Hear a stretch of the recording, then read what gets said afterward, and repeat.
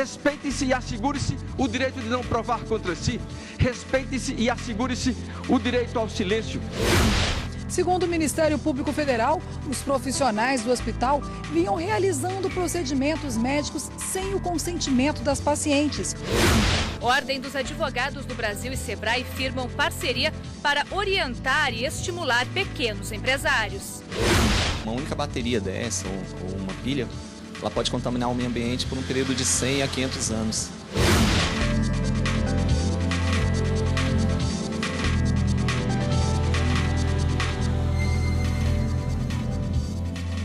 Olá, boa tarde. Boa tarde. O julgamento sobre a legalidade de conduções coercitivas para interrogar investigados será retomado na próxima quarta-feira, no plenário do Supremo Tribunal Federal. A medida está suspensa desde dezembro do ano passado. Na sessão desta quinta-feira, apenas o relator, ministro Gilmar Mendes, votou.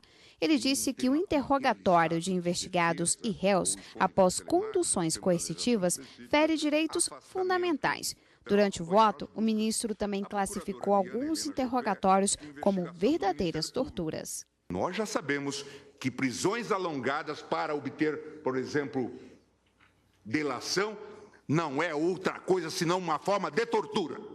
Na conclusão, o ministro Gilmar Mendes votou pela ilegalidade das conduções coercitivas de forma definitiva, seguindo o mesmo posicionamento de dezembro do ano passado, quando concedeu 2 liminares, suspendendo este tipo de interrogatório. Estou convencido, presidente, que o caso dispensa que se avance no sopesamento dos interesses em conflito. É possível afirmar, mesmo em abstrato, que a condução coercitiva para interrogatório é ilegítima. No começo da sessão, a Procuradoria-Geral da República considerou que a condução coercitiva prevista no Código de Processo Penal não é inconstitucional, mas que a forma como ela ocorre deve ser revista. Cessemos o espetáculo, asseguremos a presença do advogado, realizemos como está no estrito limite da lei as possibilidades de uma condução coercitiva.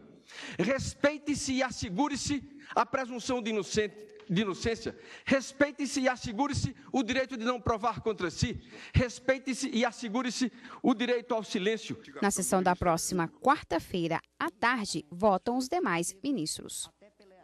Após recomendação do Ministério Público Federal, a Santa Casa de São José do Rio Preto, em São Paulo, se comprometeu a melhorar o atendimento das gestantes.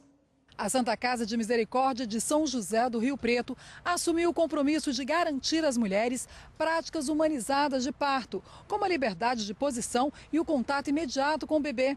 Segundo o Ministério Público Federal, os profissionais do hospital vinham realizando procedimentos médicos sem o consentimento das pacientes, o que contraria leis e diretrizes nacionais e internacionais. Um dos problemas constatados foi o alto número de cesarianas sem justificativa. Em 2017, 71% de todos os nascimentos realizados pelo SUS no hospital foram por cesárea. A recomendação é de que esse índice não supere 30%. Superior Tribunal de Justiça determina que, mesmo com laudo de neurocirurgião, psiquiatra deve realizar perícia complementar sobre internação involuntária. A Lei 10.216 de 2001 estabelece que para a internação involuntária de paciente em clínica psiquiátrica é necessária a participação e a avaliação de um profissional que justifique a internação. Se for uma perícia psiquiátrica, uma junta médica oficial, uma junta médica do Estado, que por algum motivo, seja trabalhista, seja civil, seja criminal, qualquer demanda dessa natureza, há necessidade de ter pelo menos um psiquiatra nessa junta. Não é possível fazer uma avaliação especializada sem a presença do especialista. Foi exatamente isso que os ministros da terceira turma do STJ determinaram ao julgar o recurso de uma mulher contra o acórdão do Tribunal de Justiça de São Paulo, que havia mantido a sentença que julgou não ser necessária a perícia complementar ou substitutiva em processo no qual havia laudo pericial apenas de médico neurocirurgião.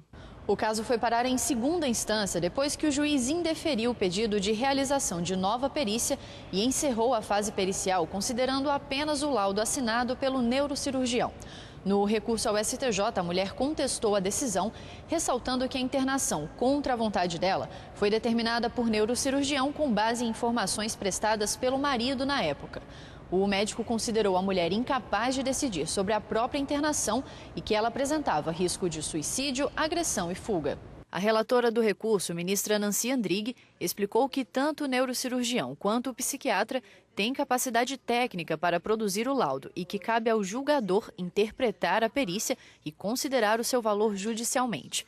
Mas, como se trata de um caso em que houve a privação de liberdade da paciente, é necessário um laudo complementar de um psiquiatra para verificar com maior segurança se a mulher realmente sofria de transtornos tão graves a ponto de justificar a internação.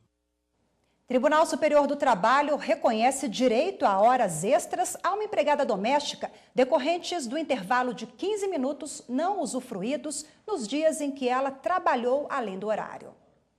Os ministros da 8ª turma reconheceram a uma auxiliar da fábrica de alimentos Mondelez Brasil o direito às horas extras sempre que a jornada tiver sido extrapolada sem um descanso obrigatório de no mínimo 15 minutos, previsto no artigo 384 da Consolidação das Leis do Trabalho. O artigo da CLT, posteriormente revogado pela Lei 13.467, que mudou a legislação trabalhista, diz: em caso de prorrogação do horário normal, será obrigatório um descanso de 15 minutos no mínimo antes do início do período extraordinário do trabalho.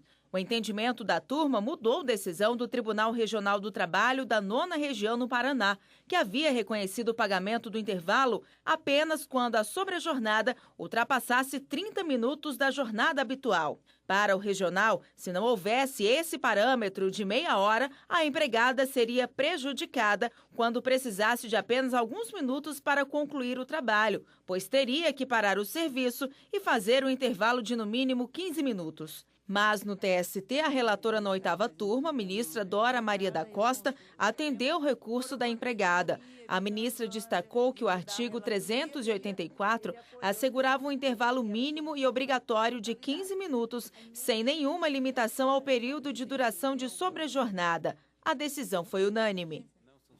E ainda nesta edição do Jornal da Justiça, setor de pequenos negócios gera 70% das novas vagas de emprego no Brasil. Ordem dos Advogados do Brasil e Sebrae firmam parceria para orientar e estimular pequenos empresários.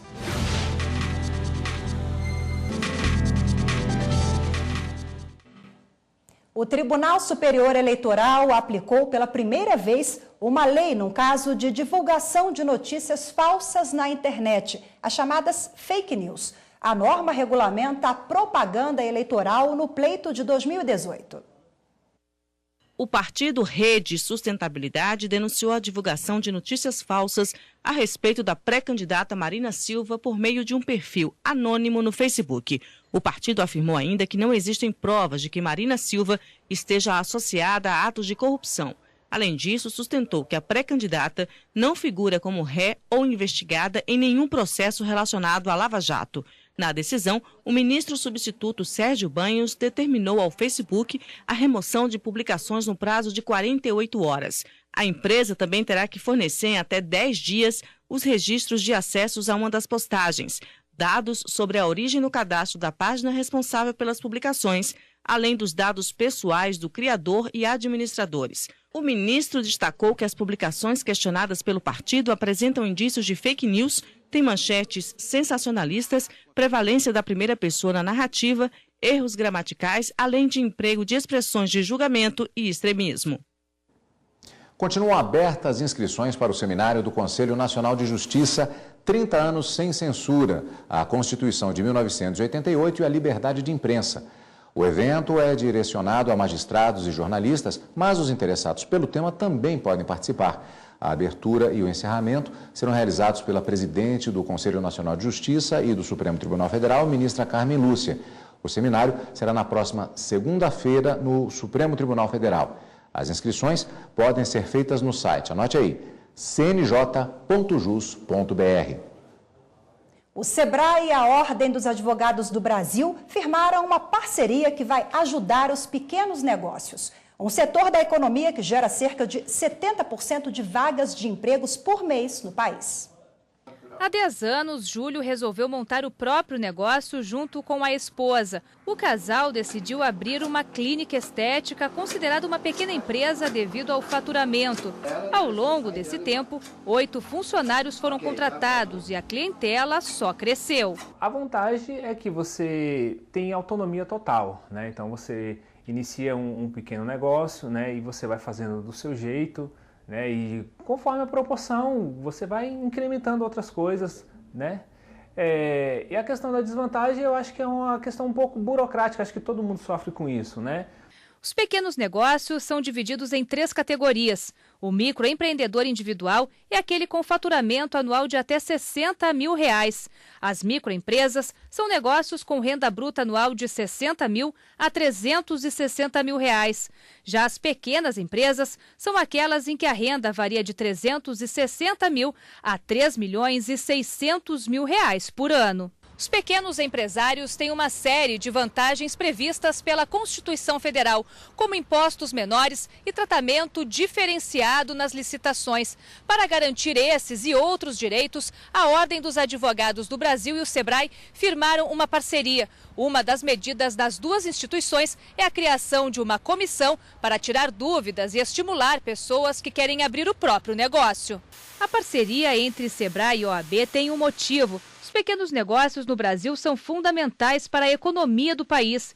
Representam 25% do produto interno bruto, criaram mais de 7 milhões de empregos com carteira assinada entre 2000 e 2011 e são responsáveis por 70% das vagas geradas por mês.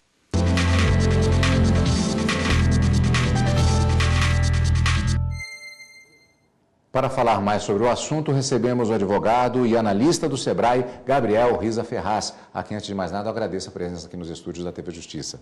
Boa tarde, obrigada pela participação. Boa tarde, Rafaela. Boa tarde, Carlos Eduardo. Doutor, eu gostaria de começar perguntando, relembrando, na verdade, uma expressão que era utilizada nos anos 80 e também vem sendo utilizada ao longo da última década do século XX, com uma certa variação. Alguns diziam que a pequena empresa, ela sustentava a economia brasileira nas costas, carregava a economia brasileira nas costas, ou então ninava no colo. Essa expressão agora, vários anos depois, algumas décadas depois, ainda é verdadeira? Ela permanece verdadeira. Hoje, as micro e pequenas empresas são 99% dos negócios formais do Brasil. Como foi dito, geraram cerca de 11 milhões de empregos na última década e hoje respondem por metade dos vínculos formais de emprego e metade da massa salarial. Então, para nós está muito claro o papel fundamental da microempresa no desenvolvimento da nossa economia. Agora, nessa semana, a OAB e o SEBRAE, essas duas instituições firmaram um acordo, né, para garantir direitos e garantias dessas pequenas empresas. Qual que é o objetivo desse acordo? O objetivo desse acordo é justamente garantir na prática o tratamento favorecido e simplificado que a Constituição prevê para os pequenos negócios. E também trazer os operadores jurídicos para mais perto da realidade dos pequenos negócios. Existem dados que mostram que a maioria das empresas, elas têm um período de vida de mais ou menos 5 anos até que se consolidem no mercado. É fundamental, particularmente para os micro e pequenos empresários, que tenham, por exemplo, contato com o próprio SEBRAE, que tem um trabalho educativo e, inclusive, iniciativas como essa, para que eles possam ultrapassar essa barreira.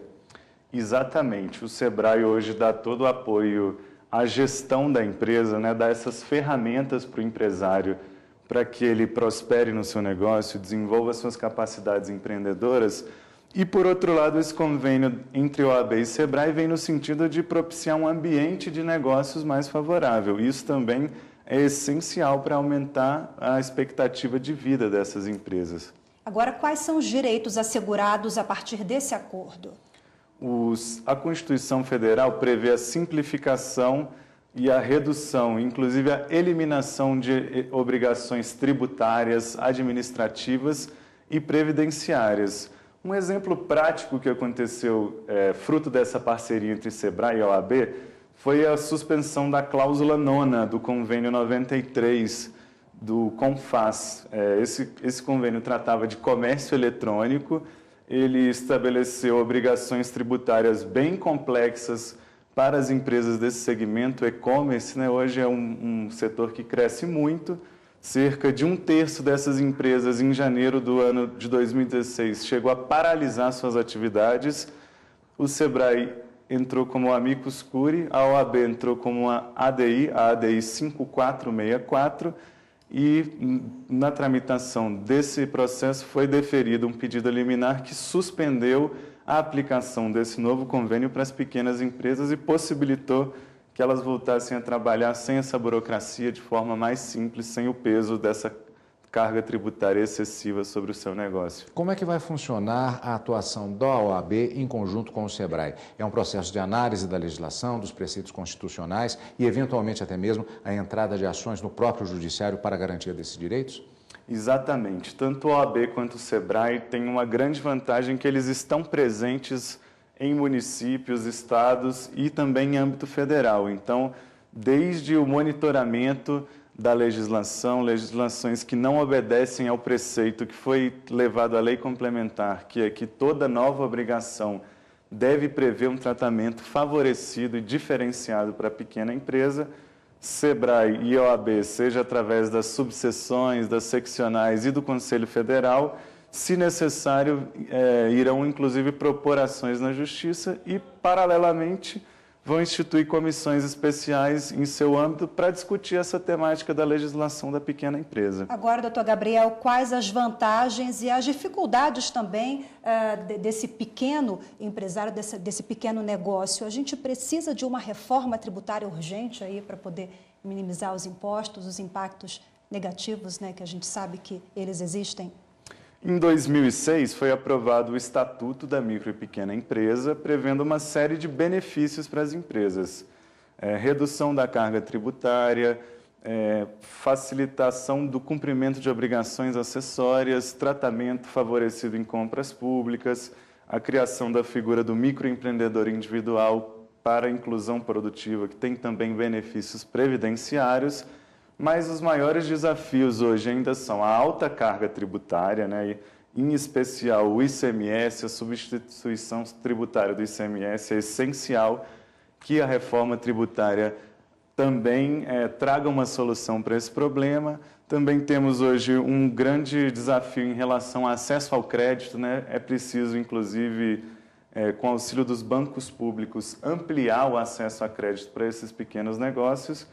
E também todo tipo de desafio de natureza de abertura, licenciamento, né? A burocracia que impacta de sobremaneira sobre os pequenos negócios que não têm uma estrutura jurídica grande como as grandes empresas. E, nesse sentido, o SEBRAE e a OAB vão poder dar esse apoio para as pequenas empresas para que elas possam pensar no seu negócio e que a legislação seja favorável a elas. Ok, doutor Gabriel Riza Ferraz, mais uma vez obrigada pelas informações, pela participação conosco. Eu que agradeço, muito obrigado. E que a micro e pequena empresa seja sempre defendida nos seus direitos para continuar carregando a economia brasileira. Muito obrigado pela participação. E você vai ver no próximo bloco do Jornal da Justiça, no quadro Eu Faço a Diferença, a iniciativa de um policial militar que arrecada pilhas e baterias velhas para garantir que o descarte seja feito corretamente. Uma única bateria dessa, ou uma pilha, ela pode contaminar o meio ambiente por um período de 100 a 500 anos.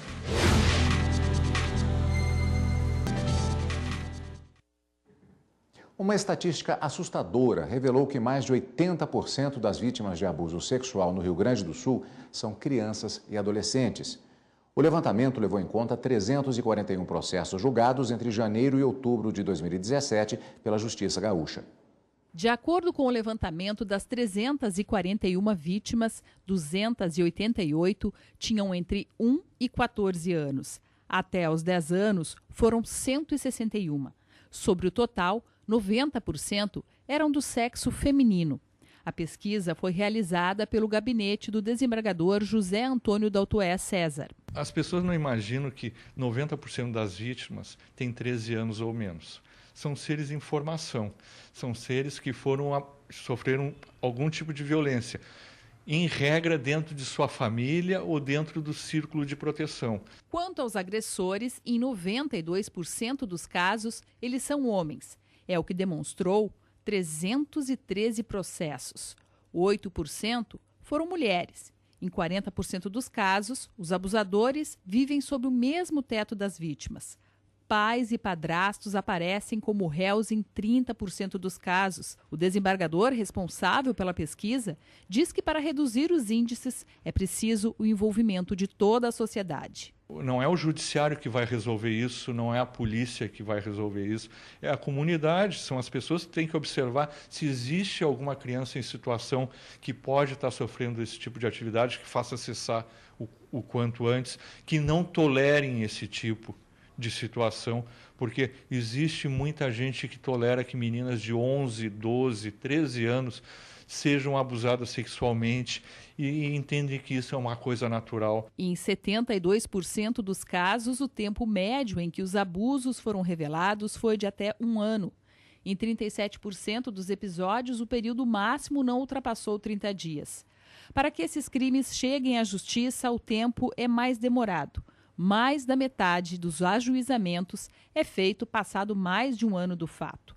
Quanto ao total das vítimas, 79% depuseram na justiça mais de 1 ano depois do fato. Esse tipo de ocorrência pode levar tempo a ser revelado. Isso a experiência nos mostra, a academia nos mostra. Agora, no momento da revelação, que ela seja ouvida o quanto antes, para que essa criança possa se desenvolver normalmente e que não fique carregando esse processo junto com ela, nem a família dela por tanto tempo. No primeiro grau de jurisdição, 86% das sentenças foram condenatórias. 76% delas foram confirmadas no Tribunal de Justiça do Estado. A proporção entre absolvições foi de 14% e 10%.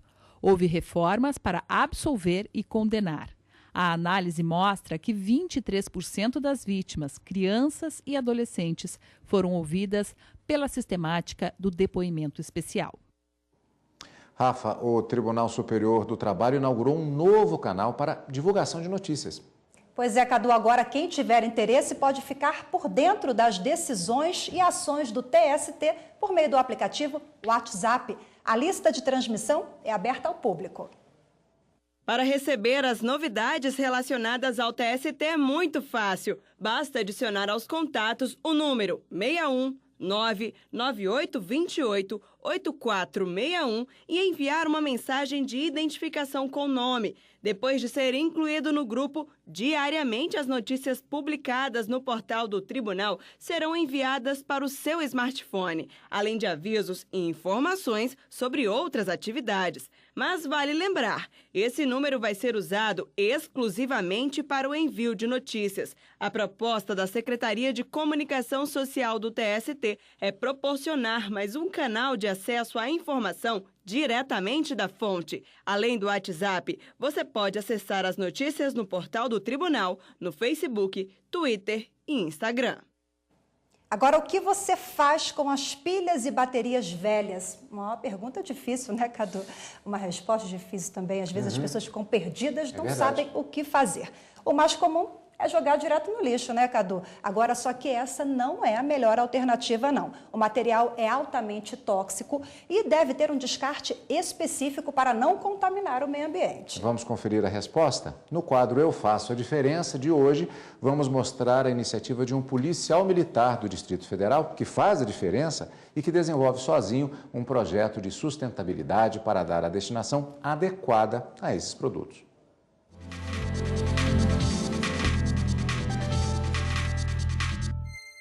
Hoje nós vamos conhecer a história do Nilton Vieira, um policial militar que sempre foi preocupado com o meio ambiente. Há cerca de 2 anos, ele criou o projeto Papa Pilhas e desde então ele passa em escolas, igrejas, lojas aqui do Distrito Federal para pegar pilhas e baterias que seriam jogados fora e traz tudo aqui para a casa dele para que seja feito o descarte adequado. Esse tonel aqui está lotado, a gente vai abrir aqui para mostrar a situação. Tudo cheio de pilha e de bateria. O cheiro é extremamente forte, porque as pilhas e as baterias tem muitos produtos químicos, como zinco, mercúrio, cádmio, lítio. E se isso aqui for descartado no solo da maneira incorreta, pode contaminar lençol freático e até a água que a gente bebe, né, Newton? Exatamente, é extremamente poluente. Uma única bateria dessa, ou uma pilha, ela pode contaminar o meio ambiente por um período de 100 a 500 anos.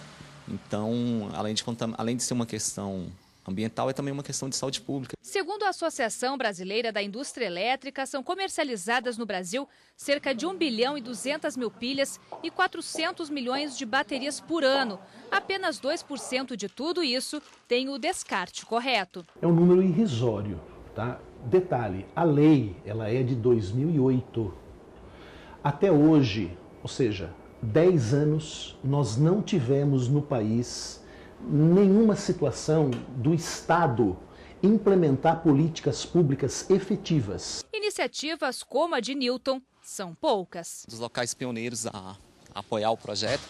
Então tem 2 anos que uma vez a cada 30 dias nós viemos para recolher aí as pilhas e baterias. Tiro o material, coloco em um outro recipiente e o recipiente permanece. Fica aqui. Fica aqui, para que as pessoas continuem colocando. Ele trabalha sozinho. Depois da mercearia, Newton para em uma escola da região, onde também recolhe pilhas e baterias usadas. Nas salas de aula, Newton e a diretora orientam os alunos para que o descarte desse tipo de material seja feito na escola e não em qualquer local. Eu vim trazer para vocês o Newton, ele tem um projeto Vieira Sustentabilidade. Ele veio explicar para vocês como é que vai ser e como é que a gente vai continuar mantendo aqui na escola. A gente orienta para que traga dentro de uma sacolinha ou numa garrafinha PET.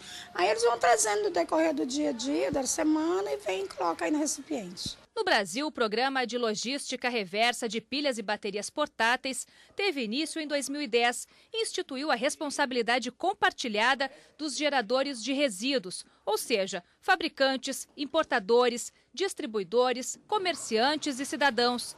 Apenas uma empresa em São Paulo consegue arrecadar os produtos, retirar os componentes tóxicos e usar o restante para fazer cerâmica e fogos de artifício coloridos. Não há políticas públicas de responsabilização das empresas na recuperação desses produtos. Eu não conheço uma única empresa que tenha sofrido um embargo em função disso.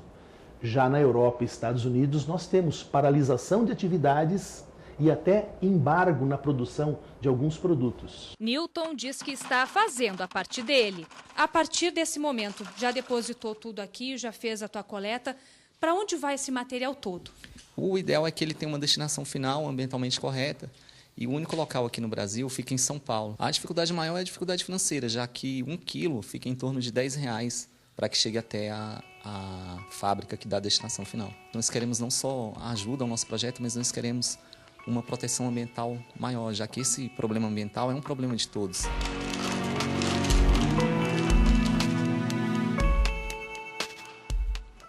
Bela iniciativa, né, Com Cadu, certeza. desse policial militar. E já tirou a dúvida de muita gente sobre o que fazer com esse material, né? E o Jornal da Justiça, primeira edição, fica por aqui. Para você, uma boa tarde. Boa tarde para você, um ótimo final de semana e até segunda.